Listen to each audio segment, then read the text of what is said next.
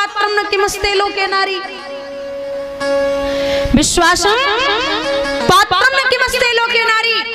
औरत पे विश्वास करो लेकिन अति विश्वास मत करो। एक हमारे विद्वान लिखते हैं दादा, एक एक शब्द पर ध्यान देना। धर्म का साथी ईश्वर है, पर कर्म का साथी कोई नहीं। और जन्म के साथी माता पिता, पर कर्म का साथी कोई नहीं।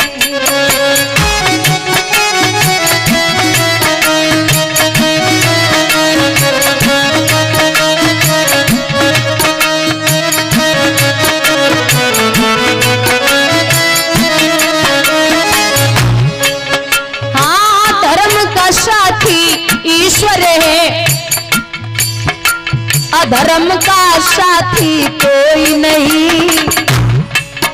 और जन्म के साथी माता पिता, पर कर्म का साथी कोई नहीं।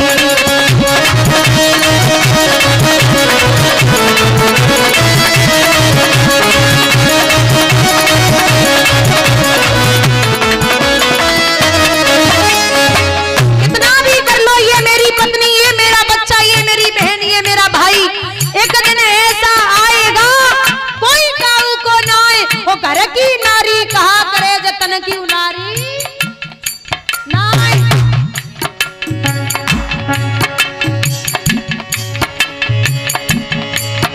अरे कांधा चढ़ के आई नारी, कांधा चढ़ के जाएगी। हाँ, कांधा चढ़ के आई नारी, कांधा चढ़ के जाएगी।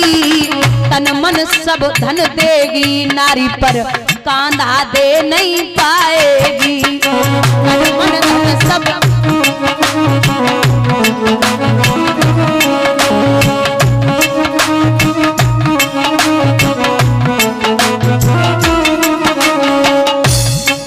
पत्नी कांधा यानी कि पालकी पे बैठ के आती है, कांधे पे रख के आती है डोली, और कांधे पे ही जाएगी यानी कि अर्थी पर जाएगी।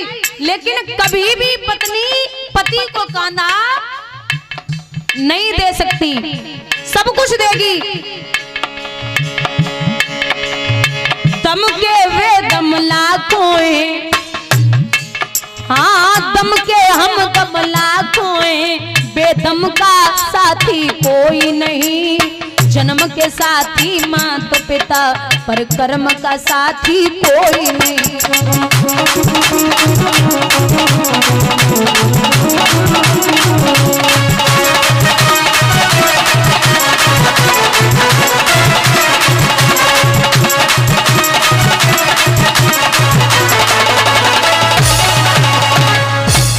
और जब व्यक्ति मर जाता है, मरने के बाद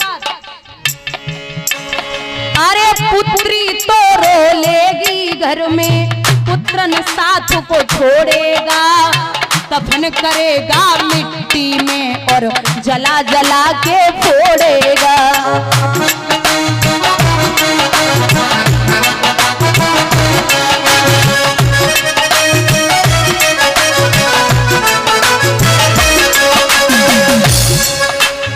सबका साथी स्वयं बना, पर स्वयं का साथी कोई नहीं। जन्म के साथी माता पिता, पर कर्म का साथी कोई नहीं।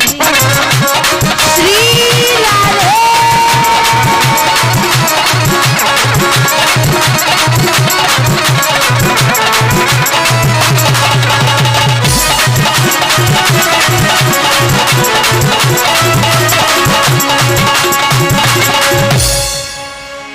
हर पल तेरे साथ रहे जो, वो भी मुख को मोड़ेंगे।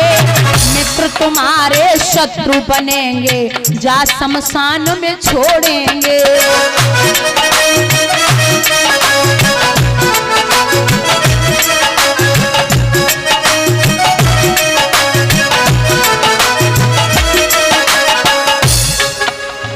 दम के हम दम लाखों हैं, बेदम का साथी कोई नहीं। जन्म के के साथी, माता पिता पर कर्म का साथी कोई नहीं। जय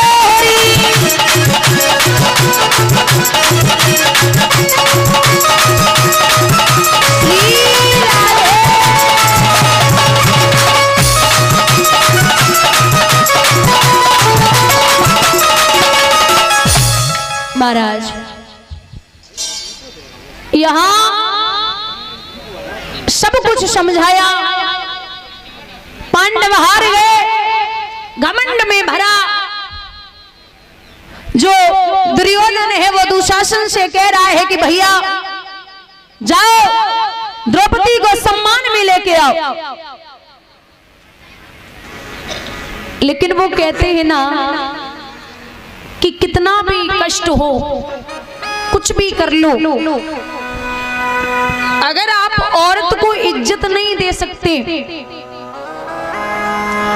तो फिर आपको बेइज्जती करने का भी हक नहीं है। और जीवन में किसी का भी सम्मान न कर पाओ तो दो लोगों का सम्मान जरूर करते रहना। पहली है माँ और दूसरी है पत्नी। माँ वो है जो आपको दुनिया में लेके आई है, और पत्नी वो है जो अपनी दुनिया छोड़ करके आपकी दुनिया में आई है।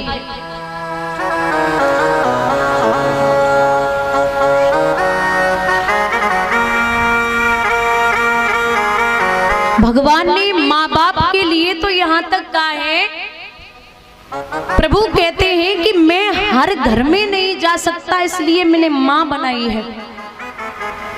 इस कलयुग में 4 बेटों को एक माँ पाल सकती है, लेकिन वो 4 बेटे बड़े होकर एक माँ को नहीं पाल पाते। जब हम छोटे थे ना तो माँ का हाथ पकड़ के बोलते थे कि माँ मेरी है, माँ मेरी है, माँ मेरी है, माँ मेरी है। और जब हम बड़े हो गए तो धक्का मार के बोलते हैं माँ तेरी है, माँ तेरी है, माँ। अच्छा देखा होगा जब बच्चा घर में पैदा होता है ना तो बाप बोलता है मुझ पे गया है। देखा होगा जब बच्चा घर में पैदा होगा तो बाप बोलता है मुझ पे गया, बुआ बोलती मुझ पे गया, मासी बोलती मुझ पे गया, मौसा बोलते मुझ पे गया, फूफा बोलते मुझ पे गया। लेकिन जब वो बड़ा हो जाएगा ना और उल्टे सीधे काम करेगा, बच्चा बड़ा होके उल्टे सीधे काम करेगा, तब वही सब चिल्ला के बोलेंगे पता नहीं किस पे गया है। भाई संस्कार तुम दे रहे हो ना, संस्कार तुम दे रहे हो। तुम्हें पता है कि ये मुझ पे गया तो तुम्हारे लक्षण पड़ेंगे, तुम पे ही जाएगा, तुम्हारे जैसे ही काम करेगा।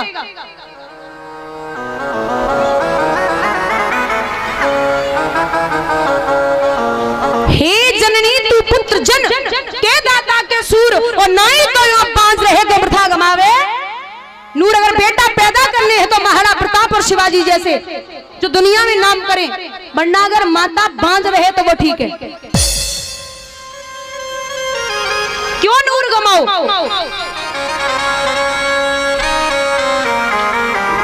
पहली माँ यानी कि जो बच्चे की गुरु है वो कौन है? माँ, फिर पिता, फिर गुरु।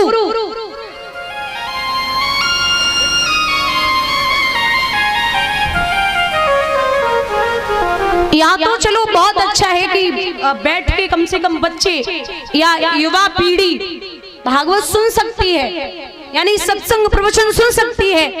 लेकिन कहीं आप बाहर जाइए, कोई जवान यानी कि युवावस्था में कोई भाई हो, उससे पूछना भागवत जानते हो, प्रवचन जानते हो, सत्संग जानते हो? बोलते पता ही नहीं है, मेरे ऊपर से नहीं होके निकलता, ये क्या होता है? उन्हें पूछो मूवी पता है, वेब सीरीज देखते हो?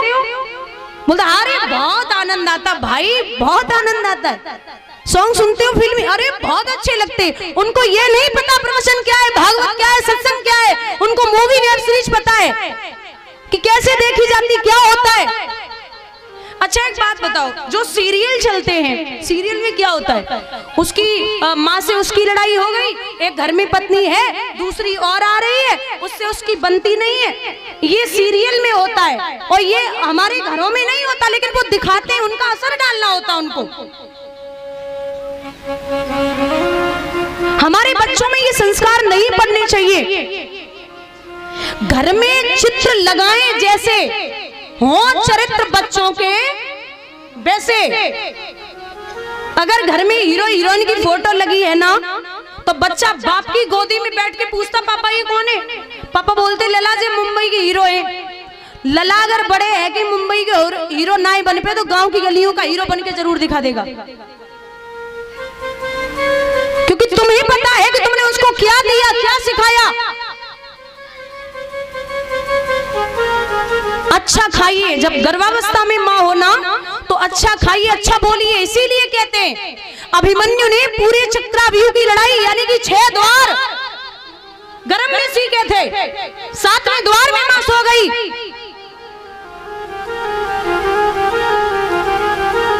क्योंकि मैंने कई बार पहले भी बोला है, मैंने कई बार पहले भी बोला है कि अगर बेटा घर में पैदा हो या बेटी पैदा हो तो माताओं को सुबह 4 बजे उठ के चाकी पीसनी है, यानी कि जौ या गेहूं, गाय की परिक्रमा लगाने हैं, गाय का दूध पीना है, जो वैसे ही असर पड़े। लेकिन अब भगवान की फोटो तो है ही नहीं, हीरो हीरोइन की फोटो लगे पड़े। बिटिया हो तो वैसी हीरोइन जैसी, लला हो तो फिर हीरो जैसो पैदा हो। कहां से संस्कार आएंगे? जैसा अन्न खाओगे, जैसा खाओगे अन्न वैसा होगा मन। मन को संयम रखिए, क्योंकि असर तब पड़ता है। एक विद्वान कहते हैं कि एक समय एक गांव में भागवत हो रही थी, तो भागवत में एक ग्वालिनी यानी कि पंडित जी भागवत बोल रहे थे, तो ग्वालिनी दही बेचने को जा रही थी। ध्यान से सुनना दादा, ग्वालिनी दही बेचने को जा रही थी, तो बापे पंडित जी बैठे बैठे बोल रहे थे कि प्रभु के नाम से यानी कि राधे के नाम से, परमात्मा के नाम से भव से बेड़ा पार हो जाएगा, ये बोल रहे थे। तो ग्वालिनी सोचने लगी कि एक नदी यानी कि यमुना जी पड़ती हैं और यमुना जी को पार करके हमें जाना पड़ता है दही बेचने के लिए, तो आज से काम करूंगी, राधे श्याम राधे श्याम राधे श्याम कह लूंगी और नदी पार कर लूंगी। गुरुजी ने तो यहाँ तक बोला है कि भगवान का नाम लेने से भव से पार हो जाओगे, तो ये तो नदी है, ये तो यमुना है, इससे पार क्यों नहीं होंगे?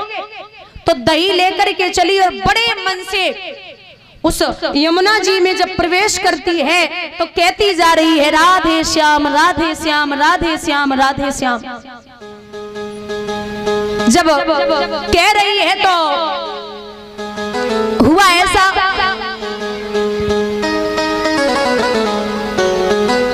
दस 20 दिन हो गए, 1 महीना हो गया। अब ग्वालिनी ने विचार किया कि हमें काम करना है, हमारे कम से कम रोज के पैसे बचते हैं, नाव वाला पैसे ले लेता था और राधे श्याम कहते कहते मेरे पैसे बच गए। तो आज मेरा बड़ा मन कर रहा है, जिन गुरु जी ने ये हमें नाम सिखाया है उनका आज निमंत्रण कर दे, उन्हें भोजन करा दे। तो ग्वालिनी गुरुदेव का निमंत्रण पंडित जी का करने गई। अब पंडित जी ने सुबह स्नान ध्यान किया, तो जैसे ही यमुना के किनारे लेके पहुंची तो सोचने लगे पंडित जी के काम करना है, हमें लगता है ये अभी नाव वाले को बुलाएगी और मल्लाह को बुला करके नाव में बिठाई के नदी पार हो जाएंगे। लेकिन जैसे ही उसने कदम रखा आगे तो धीरे धीरे राधे श्याम राधे श्याम राधे श्याम कहने लगी। अब ग्वालिनी तो भींग नहीं रही, ना उसका पैर यमुना में जा रहा, पार करती जा रही और गुरुजी से बोली, गुरुजी बोलो, बोलिए क्या? गुरुजी बोलो राधे श्याम, गुरुजी बोलो राधे श्याम।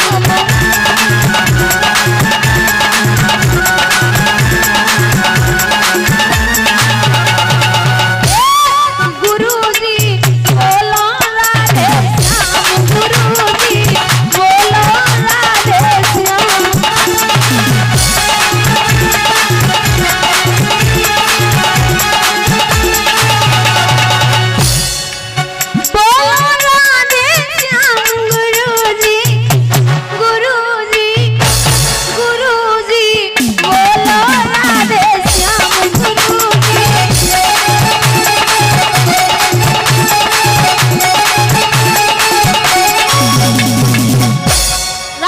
श्याम बोलिए। अरे गुरुजी बोले राधे श्याम की पड़ी है, यहाँ मैं मरा जा रहा हूँ, डूब जाऊंगा। जवाब दो महाराज, हम कैसे निकल रहे, वैसे तुम निकलो, तुमने जो मंत्र हमें दो, चलो आगे बढ़ो और यमुना जी पार करो। लेकिन कहाँ गुरुजी के मुंह से ना निकल रहो। गुरुजी यहाँ तक गए यमुना में और बड़े घबराए रहे अंदर से, और विचार करो, है चुड़ैल जादूगरनी अथवा बटमारन नार, यही सोचकर पंडित जी ने करने लगे पुकार। और कहा बोले पंडित जी, उबारो राधा वर घनश्याम, उबारो राधा वर घनश्याम।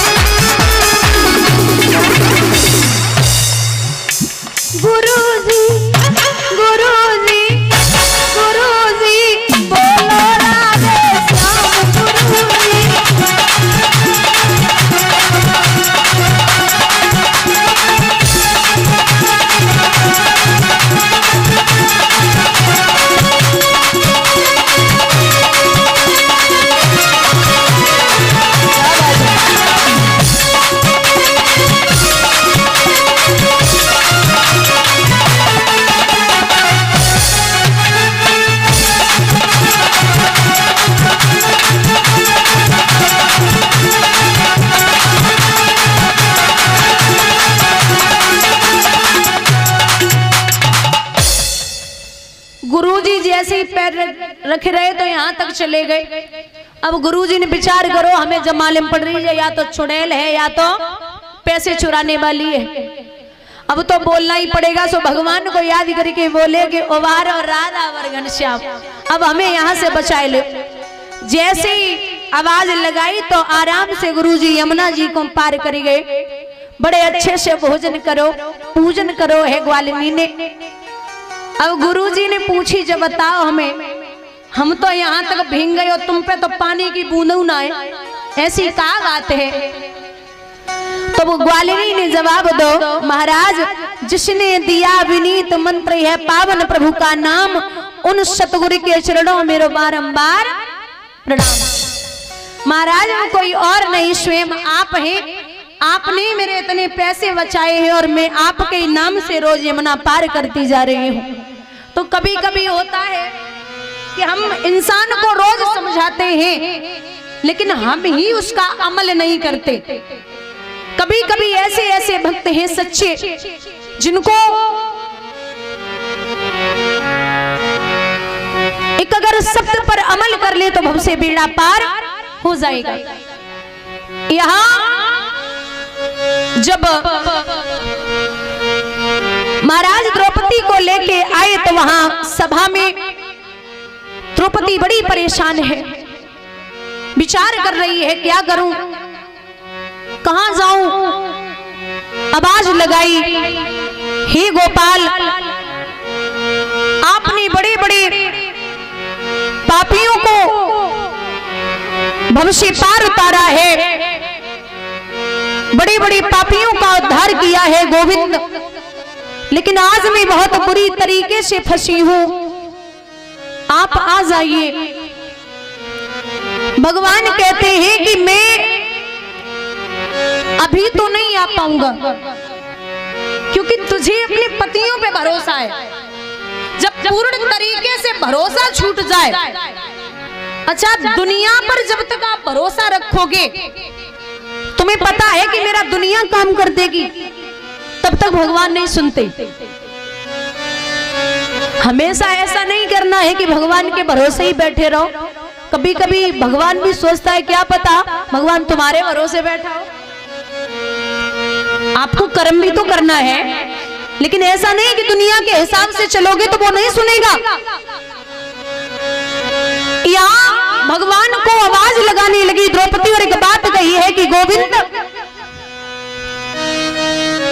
आपकी मैं बहन हूं, और शायद उस दिन का आपको पता हो कि आपकी जिस समय उंगली कटी थी गोविंद, आपकी हजारों पटरानियां कपड़ा और पट्टी लेने के लिए भागी थी, लेकिन मैंने कन्हैया नई साड़ी को फाड़ करके आपकी उंगली में बांध दिया था।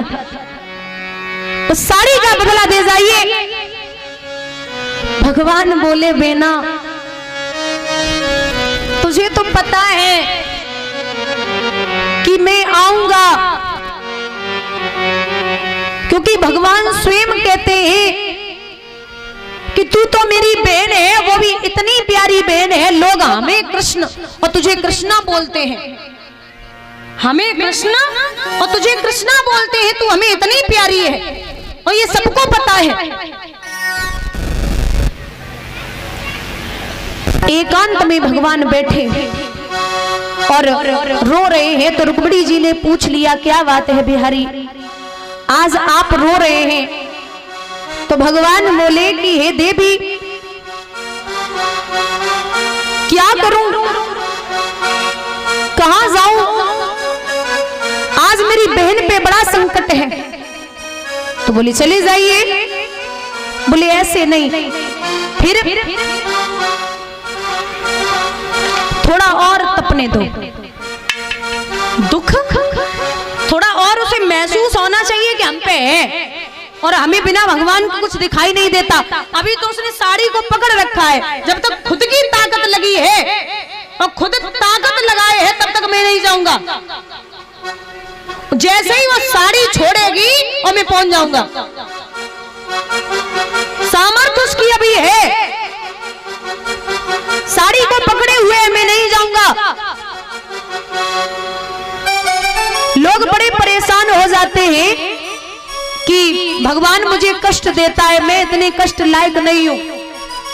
लेकिन आपको एक बात बता दें, आपके दरवाजे पर माताओं, आपके दरवाजे पर अगर 10 बच्चे खेल रहे हो, 10 और 10 में एक आपका भी हो, और आपने घर में कुछ अच्छी चीज बनाई है, तो दरवाजे पर 10 बच्चे खेल रहे तो आप सबको थोड़ी थोड़ी दे देंगे, क्योंकि अपने को बुला के अगर अच्छा हृदय होगा तो अपने को बुला के अकेले नहीं दे दोगे।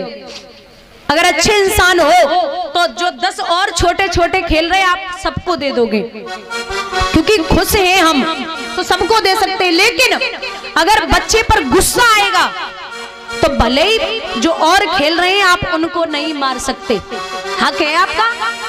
नहीं है। आप खुश होकर के चीज तो सबको दे सकते हैं, लेकिन हाथ किस पे उठा सकते हैं? जो मेरा है, जो मेरा खुद का है, आप उसे ही मार सकते हैं। ऐसे ही भगवान कहते हैं कि मैं खुशी तो सबको दे सकता हूँ, लेकिन दुख में या तकलीफ में उसे को दे सकता हूँ जिसे मैं अपना मानता हूँ, जिसे मैं जानता हूँ कि ये झेल लेगा, इसमें झेलने की क्षमता है। कुछ लोग होते हैं सुबह 2 अगरबत्ती लगाई, शाम को 2 अगरबत्ती लगा ली, बस हो गई पूजा। आप एक बात बताइए, यहाँ से गोरबी तक जा रहे हो तो एक पैदल गया, एक साइकिल से गया, एक मोटरसाइकिल से गया, एक गाड़ी से गया, सबसे जल्दी कौन पहुंचेगा? जवाब दिया करो थोड़ा। है? गाड़ी वाला। गोरमी जैसे एक पैदल गया, एक साइकिल से गया, एक बाइक से, मोटरसाइकिल से गया, और एक गाड़ी से गया, तो जल्दी कौन पहुंचेगा? गाड़ी वाला। और सबसे बाद में पैदल वाला। तो अब सुनो ध्यान से, जो 2 अगरबत्ती सुबह और 2 शाम को लग रही है वो भगवान के लिए पैदल है, और जो अगरबत्ती के साथ साथ पूजा भी चल रही है, भजन भी हो रहा है, वो साइकिल से है। भजन के साथ साथ अगरबत्ती, भजन सत्संग भी हो रहा है, वो मोटरसाइकिल से। और जो भजन सत्संग अगरबत्ती और एकांत में बैठ करके भगवान के लिए रो रहे हैं और परमात्मा हमें दुनिया के साथ नहीं तेरे साथ रहना है तो वो गाड़ी से है, वो सबसे जल्दी पहुंचेंगे। बोलिए गोविंद भगवान की।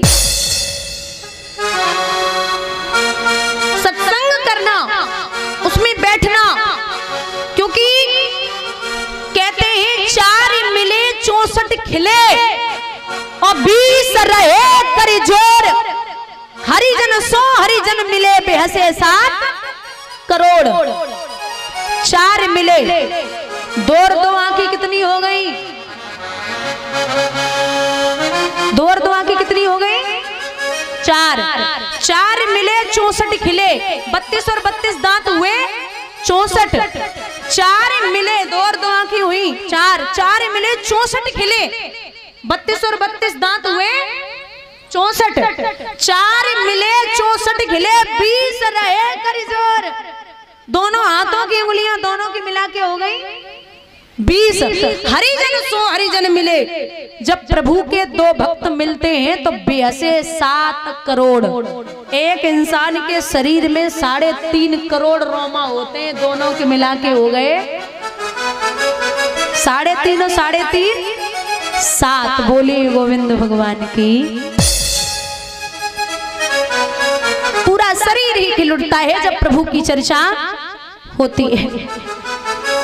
तो यहाँ द्रौपदी आवाज लगा रही है गोविंद, शायद आप नहीं जानते। अब का मनमानी कर बावोगे मेरे नाथ द्वारिका वाले।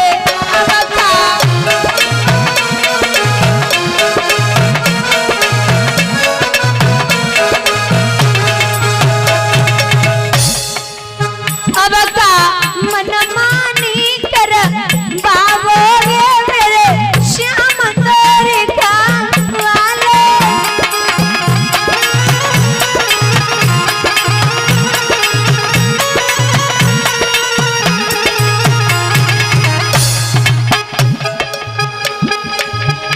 अरे बड़ी सभा में बिना तेरे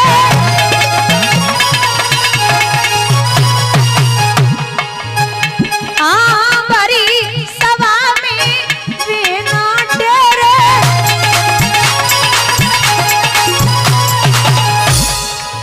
अब का नगीना उगारी देखो ये मेरे श्याम द्वारिका वाले।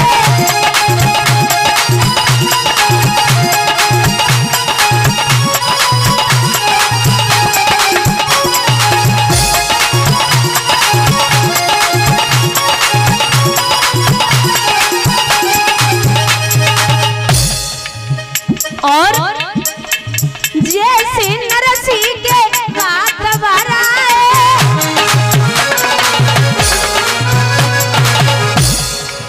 जैसे नरसी के बात भराए,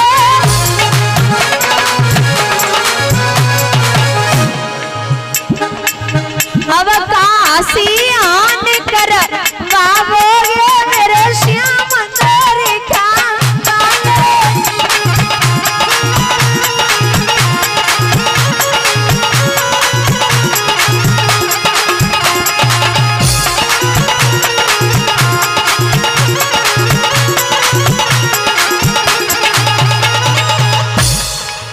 अब कान की नहीं उगारी देखोगे मेरे श्याम द्वारिका वाले।